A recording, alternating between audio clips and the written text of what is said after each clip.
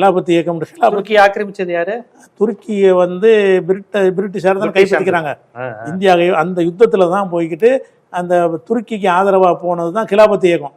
அந்த முஸ்லீம்களுக்குன்னு ஒரு ஆட்சி இருக்குது, அதை ஏன்டா நீங்க கைப்பற்ற போறீங்க அப்படிங்கிறதுனால தான் கிலாபத் இயக்கம் தான் சுதந்திர இயக்கம் பிறகு மாறுது. கிலாபத்துக்காக தான் முஸ்லீம்கள் வெள்ளைக்காரனை எதிர்த்தாங்க. வெள்ளையர்கள் இங்கே உள்ள எதிர்த்துக்கு முக்கிய காரணமே நம்ம நாட்டு விடுதலைங்கிற அடிப்படை அப்போ இல்லை.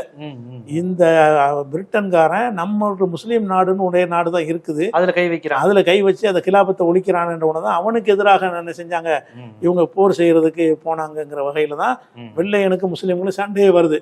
பிறகு அவனை எதிர்த்து சுதந்திர போராட்டம் வரும்போது அதுலேயும் தீவிரமாக பங்காற்றினாங்க. சுதந்திர போராட்டத்துக்கு கிலாபத் இயக்கம் தான் முக்கியமான காரணம்னு வைங்களேன். அப்போ அந்த மாதிரியான ஒரு அடிப்படையில் கிலாபத்து ஒரு காலத்தில் இருந்துச்சு.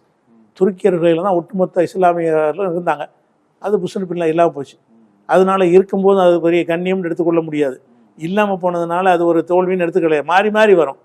இது மாறி மாறி வர்றதை வச்சுக்கிட்டு என்ன செய்ய முடியாது. இன்னைக்கு இப்போ நான் இப்போ இன்னைக்கு எடுத்துக்கிட்டீங்கன்னு சொன்னால் அந்த ஜெர்மன்லாம் ஒன்றும் இல்லாமல் போச்சு, ஒரு பிச்சைக்கார நாடாக போச்சு ஒரு காலத்தில். பிறகு இப்போ எல்லாம் ஒன்றா சேர்ந்து இப்போ கொஞ்சம் டெவலப் ஆகி வர்றாங்க. அப்போ அன்றைக்கி ஒன்றும் இல்லாமல் போனதை வச்சுக்கிட்டு என்ன செய்ய முடியாது, அதை ஒரு கேவலமாக பேச இயலாது. கீழே உள்ளவங்க மேலே போவாங்க, மேலே உள்ளவங்க கீழே வருவாங்க. இப்போ ஈரான் எடுத்துக்கிறங்க, ஒன்றும் இல்லாமல் ஒரு நாடாக தான் இருந்துச்சு. இன்றைக்கி அவன் வந்து அமெரிக்காவுக்கு சவால் வர்ற அளவுக்கு, அமெரிக்கா எதிர்த்து நேரடியாக போர் செய்கிற அளவுக்கு வலிமையாக இன்னைக்கு வளர்ந்துட்டு இருக்கிறான்.